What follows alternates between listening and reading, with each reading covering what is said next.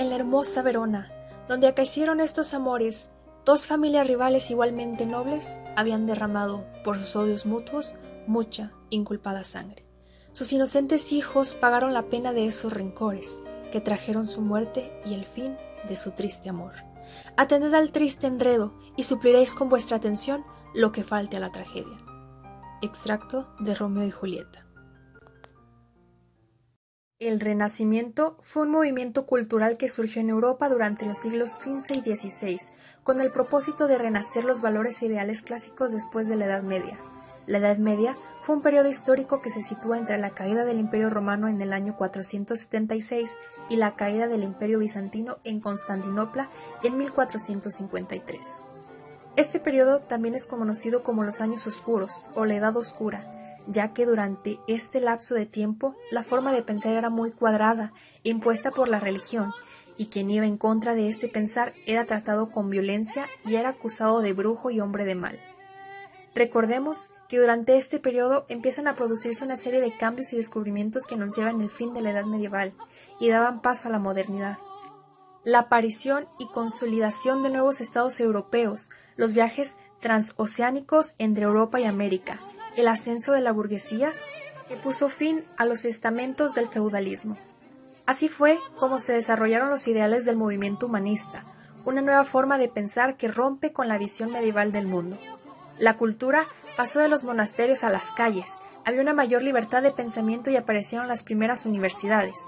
La invención de la imprenta también favoreció la difusión de nuevas ideas. Esta nueva libertad de pensamiento permitió que se produjeran grandes avances en diferentes campos de estudio. En cuanto al arte, los gustos cambiaron. Los cuadros y retratos ya no eran oscuros e imponentes, sino que celebraban la naturaleza y la vida. También apareció la figura de los mecenas, personas muy ricas que financiaban el trabajo de artistas, científicos e intelectuales, lo que favoreció la literatura y el teatro, ya que daba la oportunidad de mostrar cosas innovadoras, de demostrar la nueva forma de pensar y ver la vida. Una de las novelas que más identificaron a esta época por su forma característica de escribir fueron La Utopía de Tomás Moro. Poseía un contenido altamente filosófico, pero estructurada en forma de novela, o la reconocida obra de Miguel de Cervantes, Don Quijote de la Mancha. El Quijote es una obra característica del Renacimiento, capaz de haber hecho algo que, para la época, era impensado, como era tomar una herencia literaria, como las novelas de caballerías, y cambiar sus formas, llegan incluso a ser una especie de parodia, hasta encontrar una forma totalmente nueva y poderosa. Gran parte del avance de la literatura del Renacimiento se debe a la liberación de las cargas y las obligaciones comunes en la lectura medieval. Un ejemplo de esto es que deja de lado el estricto mensaje de la moral y muchos autores como el propio William Shakespeare o Christopher Marlowe, Ben Jonson o el ya mencionado Cervantes escribieron para entretener a sus lectores y no para dejar una enseñanza o moraleja. Características de la literatura renacentista. Visión antropocéntrica. Este punto colocaba al ser humano en la posición central que hasta entonces había ocupado la religión. La literatura en la época se vio influida por esta nueva mentalidad, ya que se centró en lo más importante que es el ser humano y que todo lo demás lo rodea. Locus amoenus. Se define como un tópico literario que hace referencia a un emplazamiento natural, paradisíaco e idealizado. La literatura renacentista dio una gran importancia en la naturaleza, que fue presentada como símbolo de perfección. Estos escenarios se convirtieron en habituales en la poesía y en obras que trataban sobre el amor. Sin embargo, los autores renacentistas presentaban escenarios naturales controlados por el ser humano, ya que, como se mencionó anteriormente, era el punto importante. La mujer ideal del Renacimiento. La mujer, objeto del interés amoroso del protagonista en la mayoría de las ocasiones, era representada en la literatura renacentista como uno de los rasgos concretos. Se trataba de una idealización que se describe a la mujer perfecta, como rubia, con ojos claros y una piel blanca, dando a conocer el nuevo estereotipo de la época. Aparición de la poesía lírica, un tipo de composición en la que destaca la sensibilidad extrema. Las principales temáticas eran el amor y los sentimientos del autor. Normalmente, estos poetas se destacaron por el uso de los sonetos. Expresión clara y sencilla. El autor suele hablar en primera persona sobre sus pensamientos y emociones. De esta forma, la estructura se convierte en un acto reflexivo sobre el ser humano y sentimientos. Estilísticamente, esto supuso que los textos se alejaran del oscurantismo propio del periodo medieval. Las construcciones se volvieron más sencillas y fáciles de entender. Reducción de la moralidad. En la Edad Media, los escritos estaban destinados a aleccionar a los lectores y a instruirlos en la religión. Por otro lado, el Renacimiento tenía el propósito de comunicar los sentimientos y ayudar a entender mejor al ser humano, dejando de lado los tabús impuestos por la ideología de la Iglesia. El enunciador. En la literatura renacentista apareció una voz nueva. El enunciador. Se trataba de la persona protagonista de la obra cuando se comunicaba con sus lectores para explicarles su historia. Temas que trata la literatura en el Renacimiento. Amor. El tema principal de la literatura renacentista es el amor. En sus obras alaba ese sentimiento y la belleza del cuerpo y el alma. Una de las obras más importantes con esta temática es Romeo y Julieta, en la que Shakespeare trata del amor imposible y la tragedia que los acompaña. Naturaleza. Como se ha señalado, la naturaleza jugó un papel fundamental en muchas de las obras de este periodo. Así, el paisaje, con su belleza y los sentimientos que evoca, se convierte en un protagonista más de muchos poemas y narraciones. Esa importancia dio lugar a que apareciera un nuevo género literario, el bucólico o pastoril, con ejemplos como Arcadia de Jacopo Sanazaro o Carmen Bucolicum de Petrarca. Mitología clásica. El Renacimiento trató de recuperar la filosofía y el arte de la antigüedad clásica grecolatina. La literatura no fue una excepción, y personajes mitológicos de Grecia y Roma o referencias a los mismos aparecen en obras como Los Lisiadas de Luis Camoes. Novelas de caballería. Uno de los temas más conocidos de la literatura renacentista fue el dedicado a narrar las aventuras de los caballeros andantes.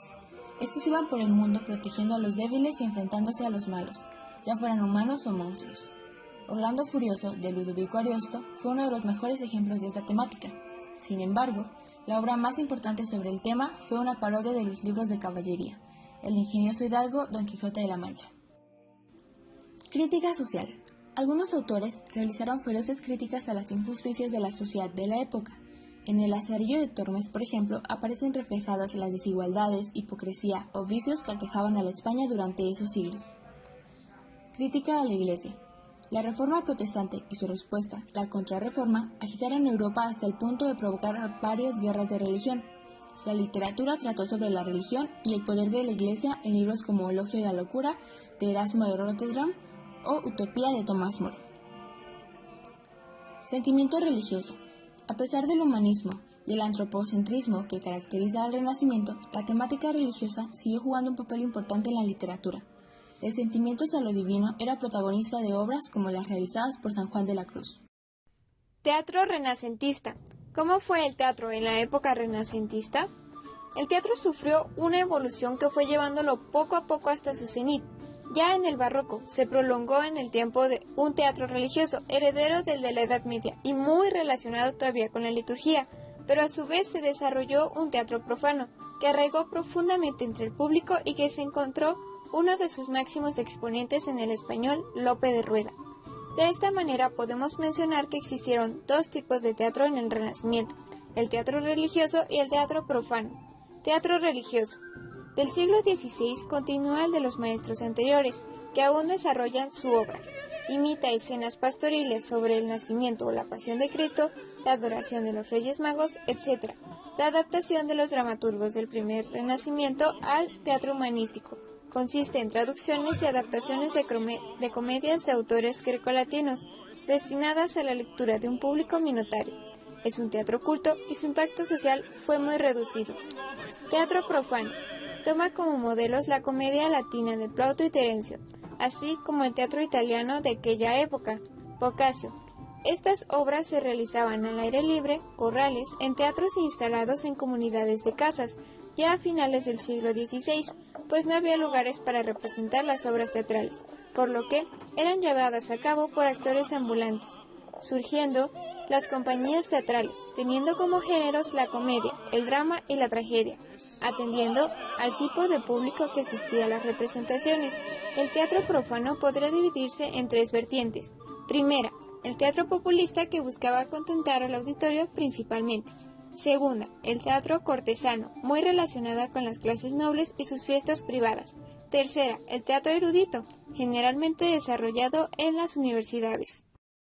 Los temas que se trataban en las obras de teatro eran el carpe diem, que significa aprovecha el momento, el locus amoenus, que generalmente describe un lugar natural, idealizado y paradisíaco, seguro y tranquilo, beatus ille, dichoso aquel, para hacer referencia a la alabanza de la vida sencilla y desprendida del campo frente a la vida de la ciudad, la idealización de la naturaleza, la vuelta a lo clásico, ya que se idealiza lo griego y lo romano, y también se trata del saber y la fortaleza, porque el hombre renacentista no solo maneja bien las armas, sino que también posee una cultura, mostrándose hábil, tomando ora la espada, ora la pluma, como dice Garcilaso de la Vega. Surge el debate de si es mejor la vida activa o la vida contemplativa, la acción relacionada con la guerra o la reflexión relacionada con el cultivo de las letras. ¿Cómo se relaciona la literatura con el teatro? La literatura y el teatro no solo mantienen una estrecha relación, sino que surgen siendo la misma cosa, junto con la música. Por un lado, literatura viene del latín literae, que significa letras. Por el otro, poesía, que es la forma con la que nace el teatro, viene del griego poiesis, que significa crear o producir. En el teatro, las letras adquirirían vida mediante la producción que los actores y la música ponen en la interpretación. Fue hasta el mundo románico cuando se da la separación entre estas tres artes. Sin embargo, literatura y teatro seguían siendo dos caras de la misma moneda. ¿Cuáles fueron las características del teatro renacentista? Uno de los detalles más importantes es la utilización de la máscara en las actuaciones. Era un teatro improvisado, se realizaba al aire libre. Era un teatro popular ligado a las tradiciones de cada religión. En cuanto a los actores, el proceso de creación del personaje era distinto en cada actor. Algunos se acercan a la obra con cierta frialdad, otros de manera subconsciente, intuitiva, etc., exacto a su papel.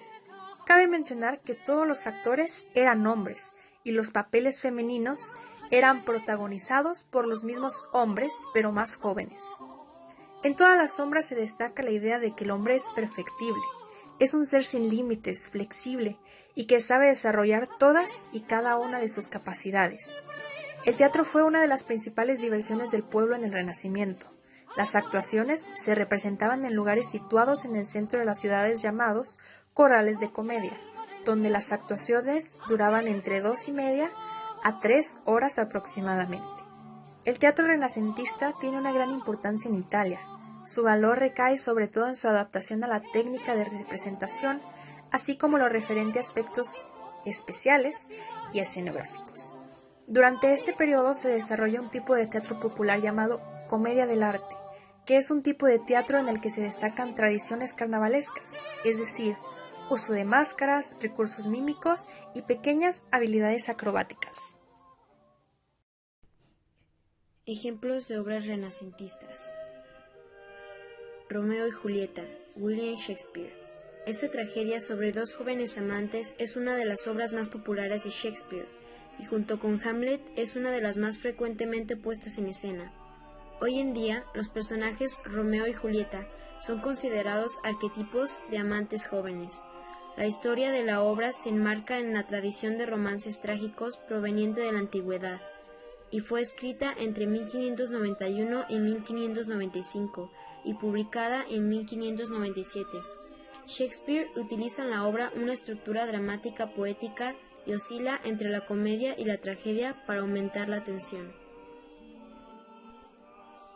El príncipe, Nicolás Maquiavelo. Se trata de un libro publicado de forma póstuma en 1532, 5 años después de la muerte de Maquiavelo. Se considera un trabajo fundamental en la ciencia política, a la vez que un tratado político especialmente innovador. Fue escrito en italiano, en vez de en latín, algo popular en la época desde la publicación de la Divina Comedia de Dante y otras obras de la literatura renacentista, y fue y sigue siendo conflictivo con respecto a las doctrinas católicas dominantes. Hamlet, William Shakespeare. Escrita entre 1599 y 1602, esta tragedia de Shakespeare trata sobre el príncipe Hamlet y su venganza contra su tío Claudio, acusado de asesinar al padre de Hamlet. Hamlet es la obra más extensa del autor inglés y una de las más influyentes. También fue popular durante la vida de Shakespeare y es una de las más representadas de la historia del teatro.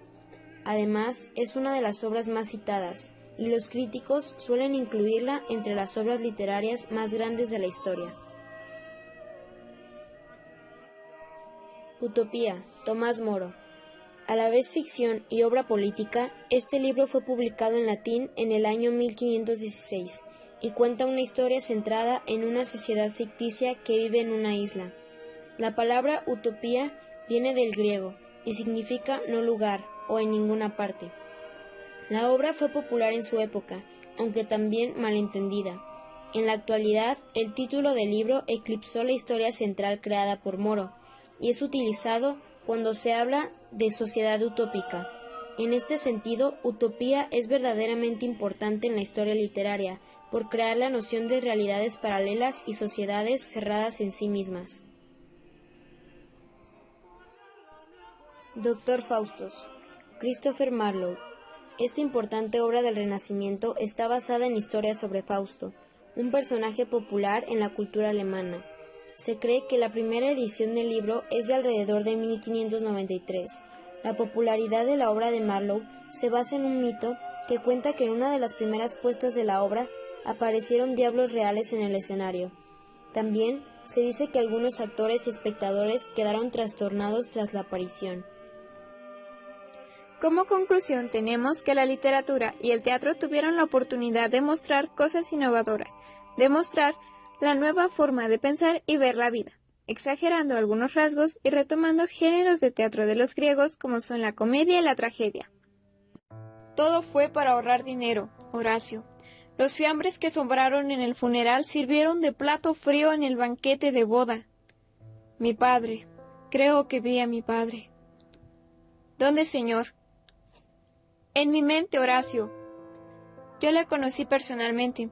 Era un buen rey. Era un hombre, nada más y nada menos que todo un hombre.